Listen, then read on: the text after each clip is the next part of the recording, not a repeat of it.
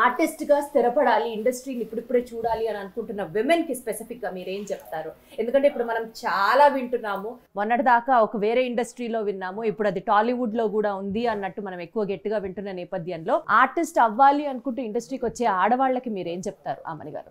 మంచి చెడు అన్ని ఇండస్ట్రీలో ఉందండి. మాకు సినిమా అనేది వచ్చి మీకు బయట తెలుస్తుంది కాబట్టి, ఇది పబ్లిక్ ఫిగర్స్, మేము పబ్లిక్గా మన సినిమా అంటే అందరికీ తెలుసు, చిన్నవాళ్ళ పెద్దవాళ్ళకి తెలుసు కాబట్టి సినిమా త్వరగా మీడియా ద్వారానే వెళ్ళిపోతుంది తప్ప ఏ దాంట్లో లేదు చెప్పండి. అన్నీ ఒక డాక్టర్స్ అని తీసుకోండి, ఒక ఇంజనీర్స్ అని, ఏ దాంట్లో ఏదైనా తప్పు మంచి చెడు రెండు ఉంటుంది. బట్ దాంట్లో మనం చూస్ చేసుకోవాలి. కొంతమందికి మీరు చెప్పినట్టు కొన్ని ప్రాబ్లమ్స్ వస్తాయి, లేదని లేదు. అది ఇండస్ట్రీలో అలాంటి సమస్యలే లేవు అని అనలేం కదా. అనలేం, తప్పకుండా 100% అందరికీ వస్తుంది. అందరూ ఒక్కొక్క హీరోయిన్ వెనకాల ఒక కథ ఉంటుందండి, అందరూ ఫేస్ చేసే వచ్చుంటారు. సో అందరూ ఇప్పుడు వచ్చే అమ్మాయిలకి నేను అదే చెప్తాను, జాగ్రత్తగా చూసుకొని ఏది మంచి ఏది చెడు చూస్ చేసుకుని వెళ్ళండి. అంటే మనం ఒక కళలతో వస్తాం, డ్రీమ్తో, మేము హీరోయిన్ అయిపోవాలి, ఆర్టిస్ట్ అయిపోవాలి, ఒక క్యారెక్టర్ ఆర్టిస్ట్ అవ్వాలి, ఏమో కొన్ని కళలు ఒక డ్రీమ్స్తో వస్తాం. అవన్నీ ఇక్కడ వచ్చినప్పుడు వెంటనే జరగదు. పేషెన్స్ ఉండాలి. ఆ పేషెన్స్ అన్నీ దాటుకుంటూ రావాలి.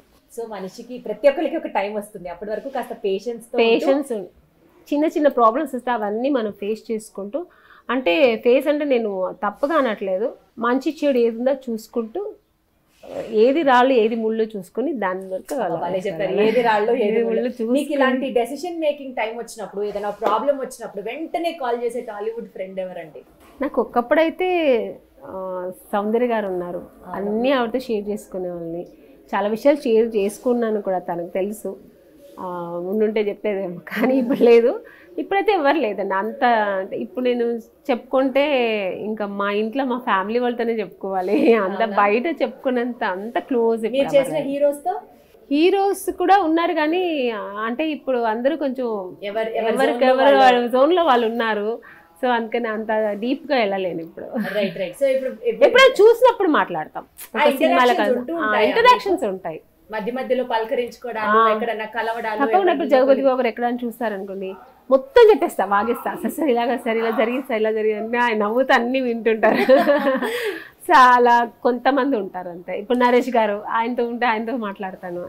నా హీరోస్ అప్పుడంతా వాళ్ళందరూ, వీళ్ళందరూ కొంతమంది ఉన్నారు, వాళ్ళతో బాగా మాట్లాడతారు.